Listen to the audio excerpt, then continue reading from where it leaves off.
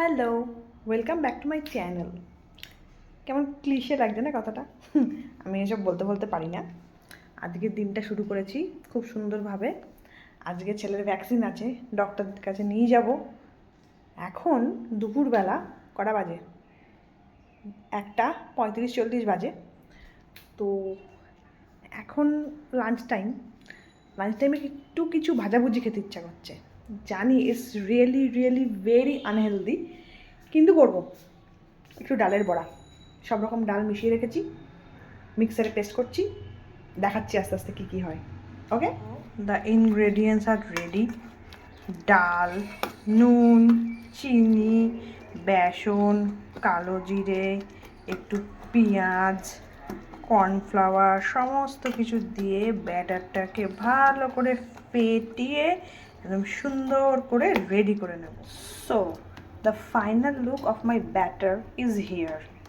I think it's good. হ্যাঁ, ওদিকে তেল গরম হয়ে গেছে। এইবারে চামচ দিয়ে দিলে দেখতে ভালো লাগে, বাট আমি হাতের সাহায্যে একটা একটা করে পাকোড়াগুলোকে ছাড়বো। 1, 2, পাকোড়াটা ভাজতে শুরু করলে 3, আর ধৈর্য ধরে না, মনে হয় কখন খাবো কখন খাবো। 4, পাকোড়া ভাজা কমপ্লিট। তেলটাকে ভালো করে ঝরিয়ে নেব। পড়ে গেল আগের লাটটা।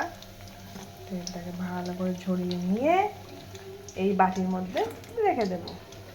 Wow, yummy yummy pakora.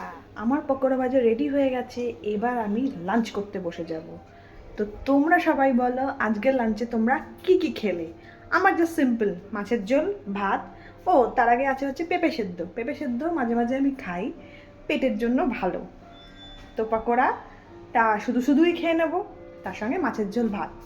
তোমরা কি কি লাঞ্চ করলে আমাকে কমেন্টে জানাও। টাটা।